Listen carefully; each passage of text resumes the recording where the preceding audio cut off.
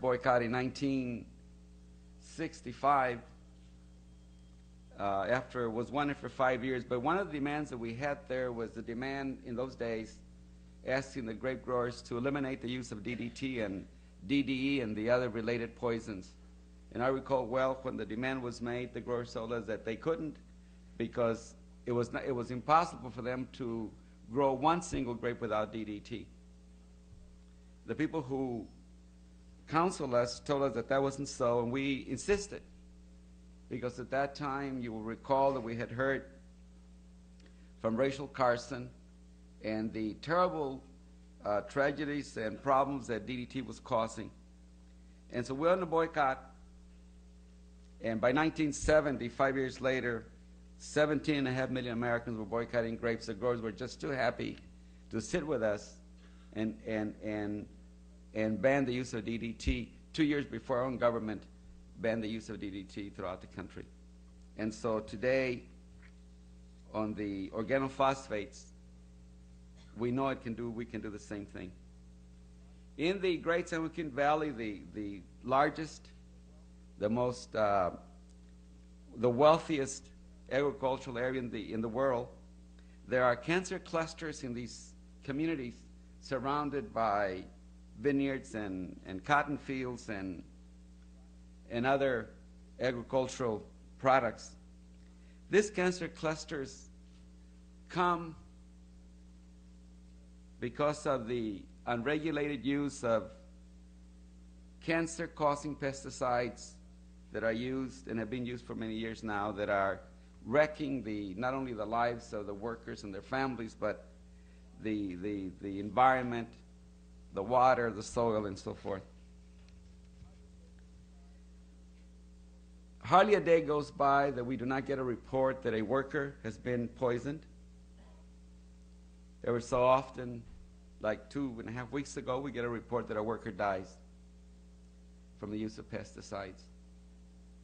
When that happens because of the publicity of the boycott, because of the fast, and because now there's great awareness of the dangers of pesticides, the local authorities go into a very great panic. For instance, when this 25-year-old farm worker died, an autopsy was done on the body, and today, this is 3.5 weeks ago, about 3 weeks ago, we still don't know the cause of death. But we know the cause of death. But officially, it has not been reported what the cause of death was, except that the first report came out saying that it was a great mystery, the death of his worker, because he was supposed to have been fully protected. He had all the things that the law requires for protection, including the garments and the mask and the respirator and everything. Yet he died. Worst of all is the impact of the pesticides on the children. In McFarland, as you saw in the video, the rate of cancer is 800% higher than the national average. The video was made 3.5 years ago, is now outdated, because now in McFarland, in Early Mart, 14 miles north of McFarland, we discovered another cancer cluster where the incidence among children, cancer, is 1,200% above the national average.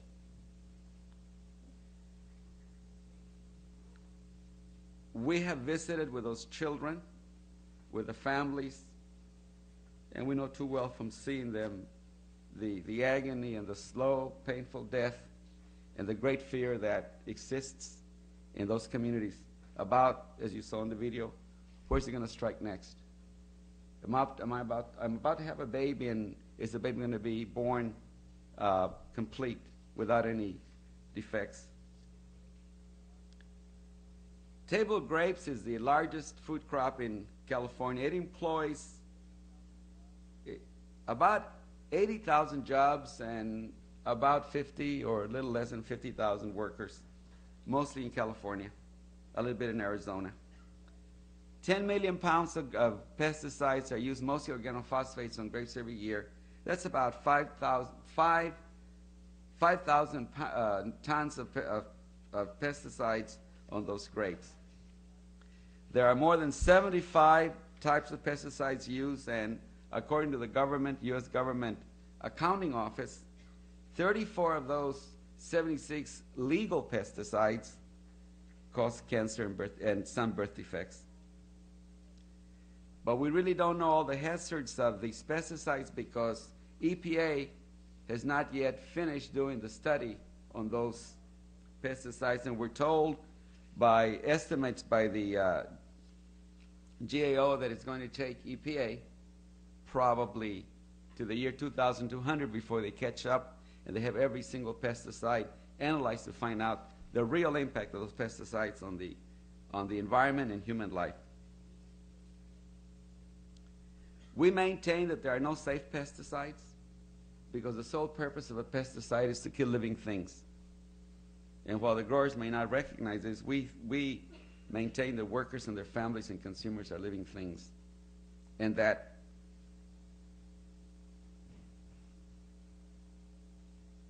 the use of pesticides in grapes, as an example, or the reported poisonings and damage to workers in table grapes in California is 52% of all of the poisonings in every other crop combined in California. In other words, more poisons are reported in grapes than all the other crops combined in California. We're confronted with a very difficult problem with drift. A lot of pesticides are sprayed by airplane, helicopter, and are sprayed by tractor, some, and so that as the wind picks up the pesticides, and they drift sometimes for as much as 40 miles. And so pesticides are everywhere. We have tested the soil in those small communities. It's in the fields. It's in the roadways. It's in the parks, in the schoolyards, in front of the city halls. It's everywhere. The constant exposure of those people to those pesticides, we think, linked the high incidence of cancer and miscarriages and birth defects and even death. Because the testing is inadequate, we really cannot assure the safety of the workers and also know exactly what is the impact of the pesticide residue on the consumers as they ingest the food that contains those residues. Again, the government accounting office states that the present testing methods, the multi-residue testing methods that are used today, are not adequate enough to really find out the residue levels in the various fruits and vegetables as they come to the marketplace.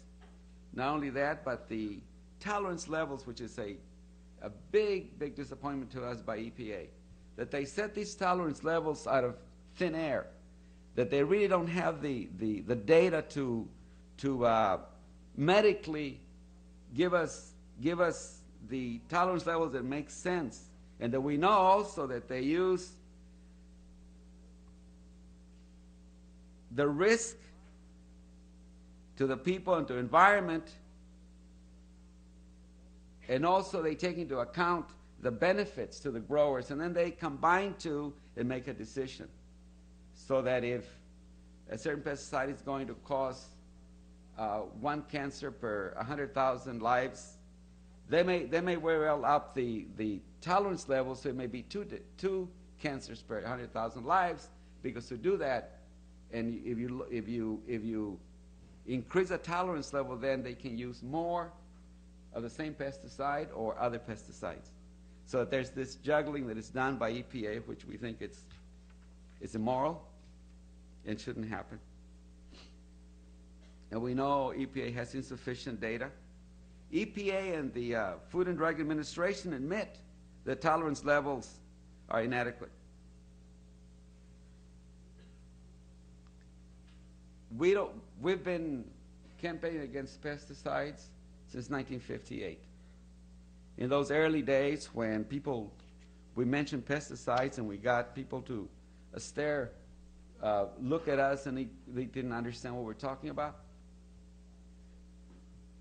In these 30-some years, We have not seen one state legislature, not one Congress, not one governor, not one president that has been able to do anything to bring about public policy to really deal with the issue of pesticides.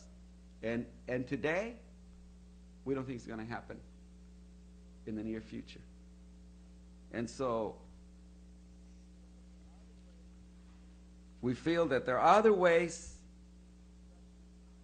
to deal with such issues as peace and the environment, other than politics.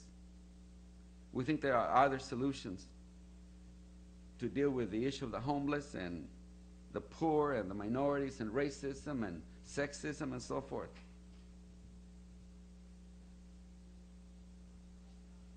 You see, the have-nots